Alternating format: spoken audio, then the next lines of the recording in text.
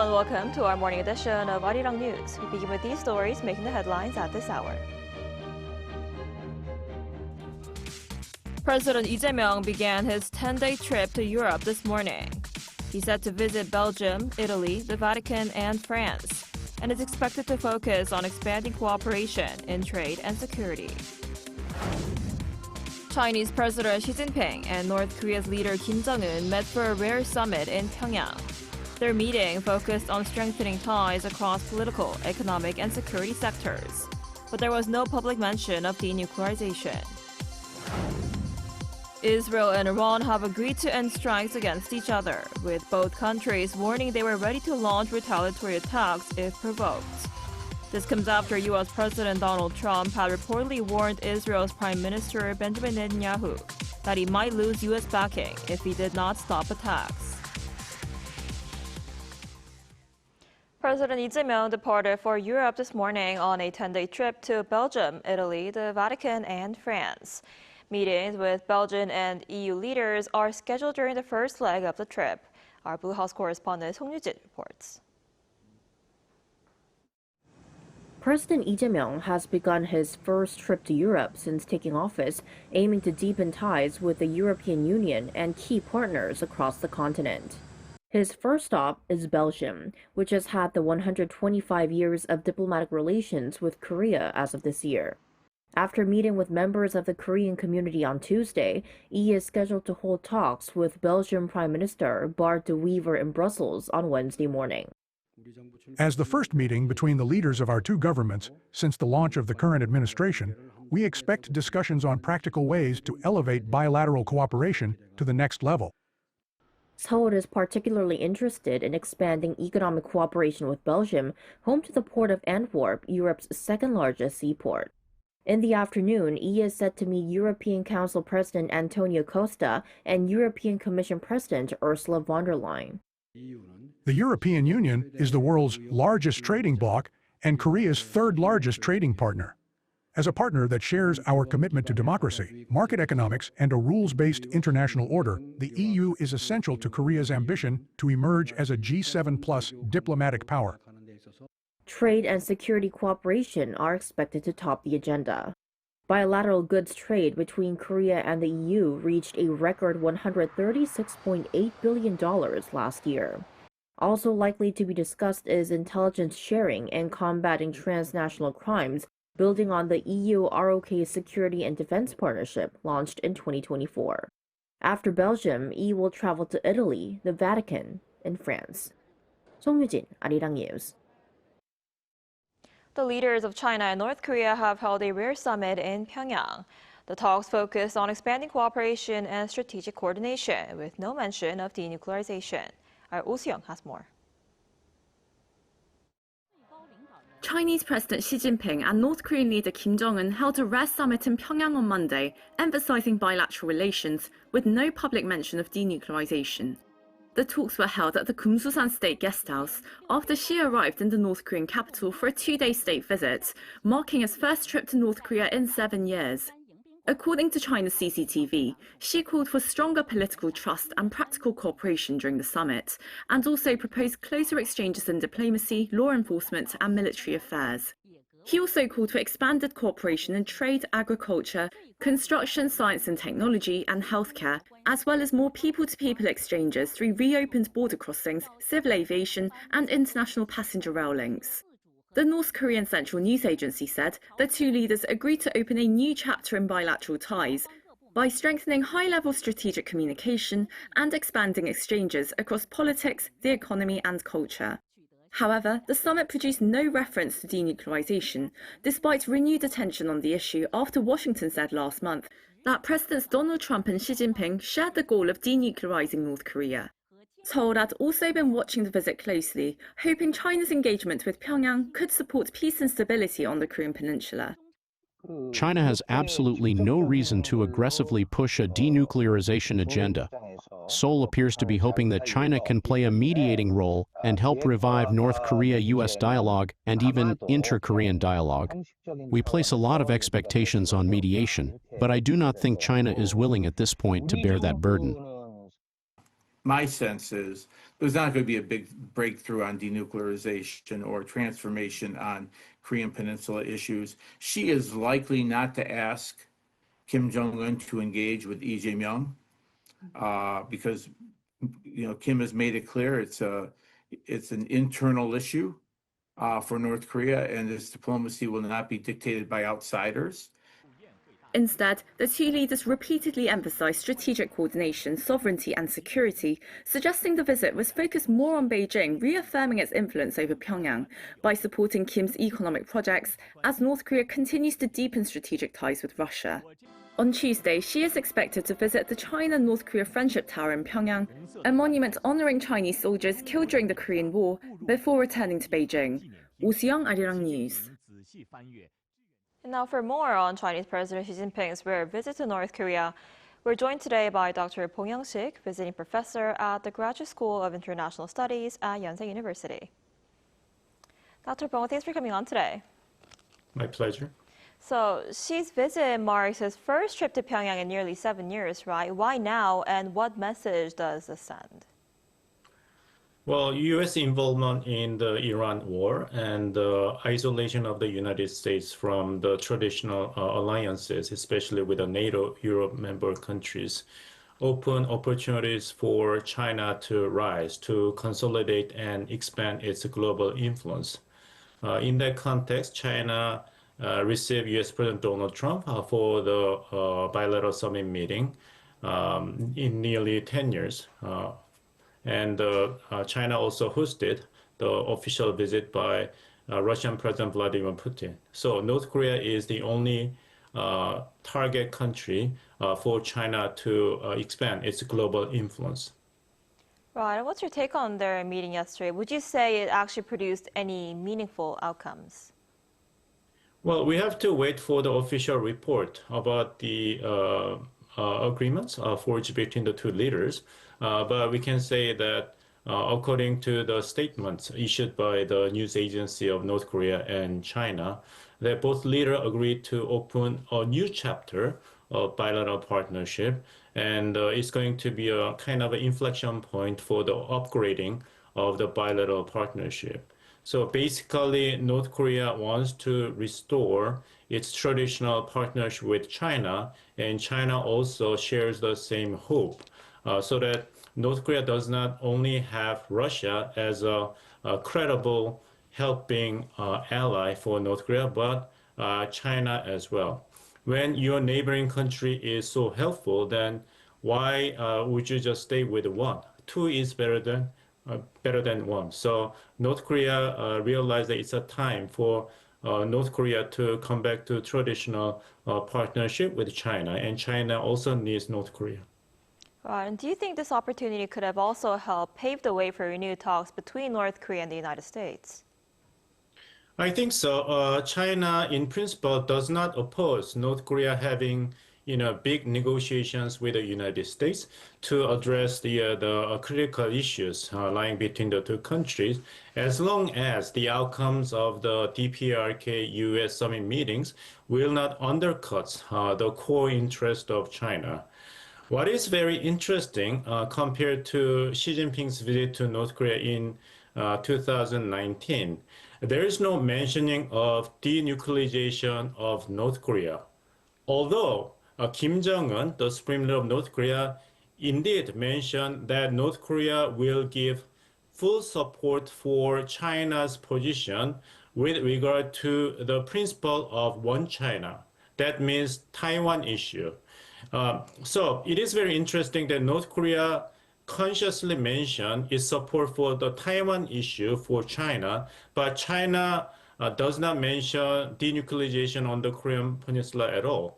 Sometimes what is not said speaks volumes, and not mentioning denuclearization of North Korea this time by President Xi Jinping of China means that China is going to support North Korea's position when it comes to the possible negotiations between the United States and North Korea with regard to North Korea's nuclear programs and weapons. I see. And some analysts have said Xi's visit will bring North Korea, China, and Russia even closer. while deepening the divide with the United States, South Korea, and Japan. So what does it mean for the broader regional picture? Well, as you said, it's going to further consolidation of the trilateral security cooperation among China, Russia, and North Korea. The purpose of Xi Jinping's visit to North Korea is to upgrade the bilateral partnership between the two countries, not just limited to the area of economic and cultural cooperation, but security cooperation as well.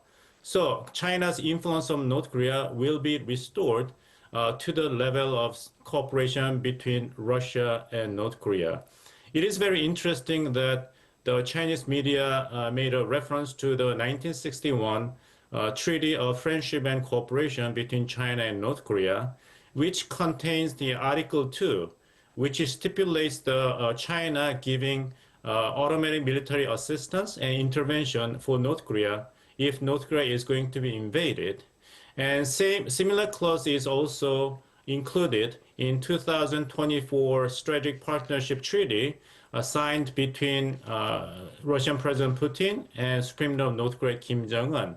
That Article 4 of that Russia-North Korea treaty also stipulates Russia giving military assistance and intervention for North Korea if North Korea is going to be invaded. So China wants security cooperation with North Korea to be elevated to the level for the security cooperation between Russia and North Korea. I see. All right, Dr. Pong, thank you so much for your time and insight today. We appreciate it. You're welcome.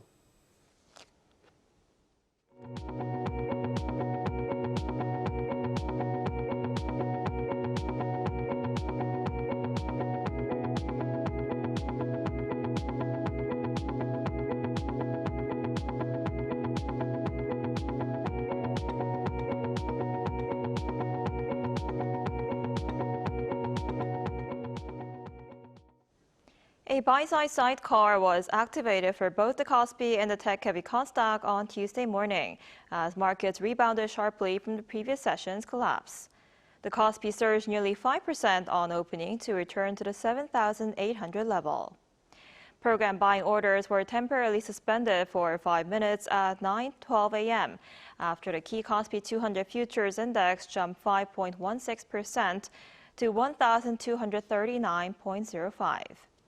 The rebound comes one day after panic selling triggered both sidecars and circuit breakers across the Kospi and Kosdaq markets, halting trade during Monday's historic plunge. As of 9:30 a.m., the main index stood at 7,758.16, up 3.57% compared to yesterday's closing. And Wall Street rebounded Monday as AI-related technology stocks recovered from last week's sharp sell-off, helping steady investor sentiment. The recovery came as NVIDIA reaffirmed support for multiple memory chip suppliers and announced a long-term partnership with South Korea's SK hynix to develop next-generation AI memory technology. Our Lee Seung-jae has more. Wall Street regained some ground on Monday after last week's sharp sell-off as technology stocks tied to the artificial intelligence boom rebounded and helped lift investor sentiment. The S&P 500 rose 0.3% after suffering its biggest one-day decline since October on Friday. The Nasdaq Composite gained 0.9%, while the Dow Jones Industrial Average slipped 80 points or 0.2%. Leading the recovery were semiconductor and memory chip makers, which had seen a heavy sell-off amid concerns that AI-related stocks had become overvalued. Those worries had also weighed on Asian markets, with South Korea's Kospi falling more than 8% on Monday's trading, as shares of major tech companies including Samsung Electronics and SK hynix came under pressure. Despite the recent sell-offs, experts say semiconductor stocks are still a strong buy. So there is a lot of appetite from smart investors to continue to fund this whole investment cycle in AI, and that's going to filter down to, again, parts of the technology sector like semiconductors. U.S. memory chip maker Micron Technology jumped nearly 10% on Monday, recovering from a steep decline on Friday. Investors were encouraged by news that SK hynix and AI chip giant NVIDIA have entered a multi-year technology partnership to develop next-generation memory products for AI infrastructure. While some initially viewed the agreement as a potential threat to Micron, analysts noted that NVIDIA did not designate SK Hynix as an exclusive supplier. That reassurance helped ease concerns that Micron could lose market share. Investors also took comfort from comments by NVIDIA CEO Jensen Huang, who said the company has certified Micron, SK Hynix, and Samsung Electronics as suppliers of its latest high-bandwidth memory technology, known as HBM4. The developments reinforced expectations that demand for advanced memory chips will remain strong as AI investment continues to expand, helping stabilize technology shares after a volatile end to last week. Lee Seung-jae, Arirang News. Israel and Iran have agreed to end a wave of attacks against each other, with both issuing warnings of strong retaliation if the ceasefire is broken. U.S. President Donald Trump had reportedly warned Israel's Prime Minister Benjamin Netanyahu that he might lose U.S. backing if he did not stop attacks. Our Kim Bo-kyung tells us more. Following a rapid escalation of hostilities in recent days, Iran and Israel have announced a pause in their military operations against each other. That followed a post from U.S. President Donald Trump on Truth Social on Monday, in which he said both sides are looking to do an immediate ceasefire. According to Axios, on Monday, Trump spoke with Israeli Prime Minister Benjamin Netanyahu and warned him that if Israel went back to war with Iran, he might find himself fighting alone. On Sunday, Trump told Fox News that Tehran should stop firing missiles, return to the negotiating table, and make a deal. Iran's Islamic Revolution Guard Corps announced the end of missile attacks on Israel on Monday, but did warn of harsher attacks if strikes against Lebanon continue. Qadam al-Anbiya Central Headquarters stressed in the statement that if aggression and malicious acts continue, including in southern Lebanon, much harsher and more crushing actions will follow. Israel also confirmed a cessation of attacks, adding it would respond with force if Iran attacks again. At the moment, the fire has ceased, because after we struck the terrorist regime in Tehran, it stopped attacking us. If the terrorist regime makes the mistake of attacking us again, we will respond with force. On Sunday, Iran fired around 10 ballistic missiles toward northern Israel for the first time since a ceasefire was agreed in April, in retaliation for Israel's strikes against the pro-Iranian militant group Hezbollah in the southern suburbs of Beirut, Lebanon. Kim Bo-kyung, Arirang News. A major overseas exhibition featuring cultural treasures donated by the late Samsung chairman Lee Kun-hee will open in London this fall. The British Museum announced it will host the exhibition titled Korea from October 1st through January 31st, showcasing more than 2,000 years of Korean art and culture. The exhibition will feature national treasures and other key works from the National Museum of Korea, the National Museum of Modern and Contemporary Art, and the British Museum's own collection. It will be the museum's first major Korean exhibition in 42 years, and the third overseas touring exhibition centered on works donated by Lee Kun-hee, following previous stops in Washington and Chicago.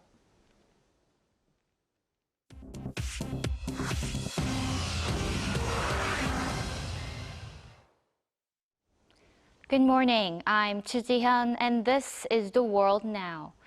Confirmed Ebola deaths in the Democratic Republic of Congo passed 100 on Monday as armed groups continued to block health workers from reaching the hardest hit areas.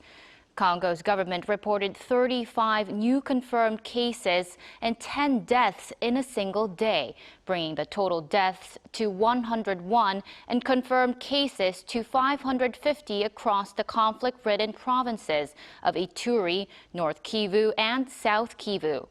A burial team was attacked at a cemetery in Bunia on Sunday, leaving 2 people seriously injured. The World Health Organization Director General visited Uganda on Monday and urged it to reconsider its border closure with Congo, saying blanket travel restrictions do not stop Ebola. Uganda has confirmed 19 cases, mostly linked to people who crossed from Congo.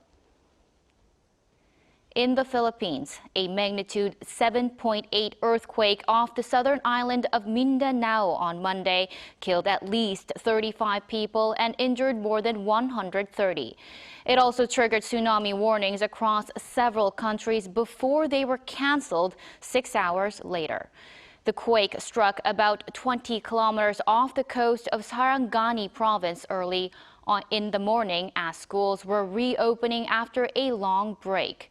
Buildings collapsed in General Santos City, home to around 700,000 people, and more than 200 aftershocks followed, including one measuring 6.7.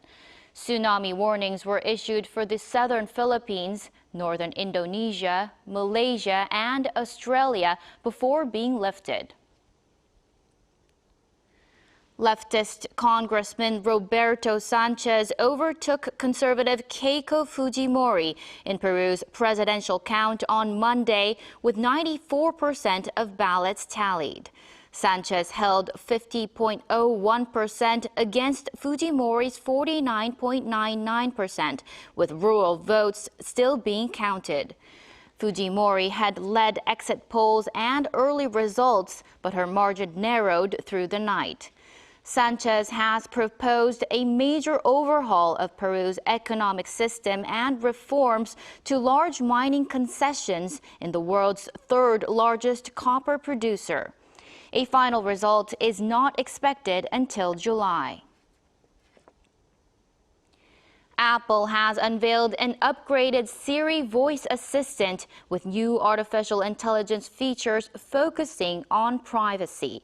It was on show at Apple's annual Worldwide Developers Conference on Monday as the company seeks to close the gap with AI rivals. The new Siri can browse the web, pull recipes from text messages, and help plan events across Apple devices. Apple said its approach prioritizes privacy with requests processed on the user's own device or privately on the cloud. The conference was the last for outgoing Chief Executive Tim Cook.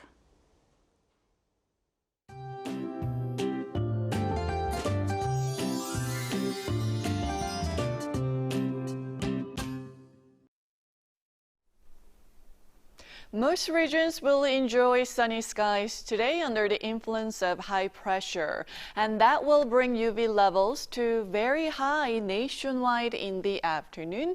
So please try to avoid direct sun exposure between noon and 3 p.m. when UV levels are at their highest. And of course, sunscreen is a must.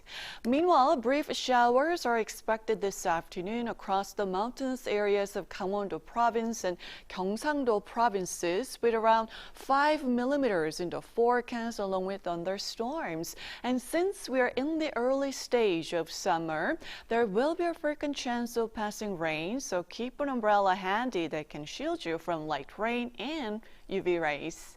And this afternoon, Seoul will be getting up to 28 degrees Celsius, Daegu at 29 degrees, Gwangju will be warmer at 30 degrees Celsius. And there's no concern over significant heat for the time being, but daytime temperatures will climb back to around 30 degrees over the weekend.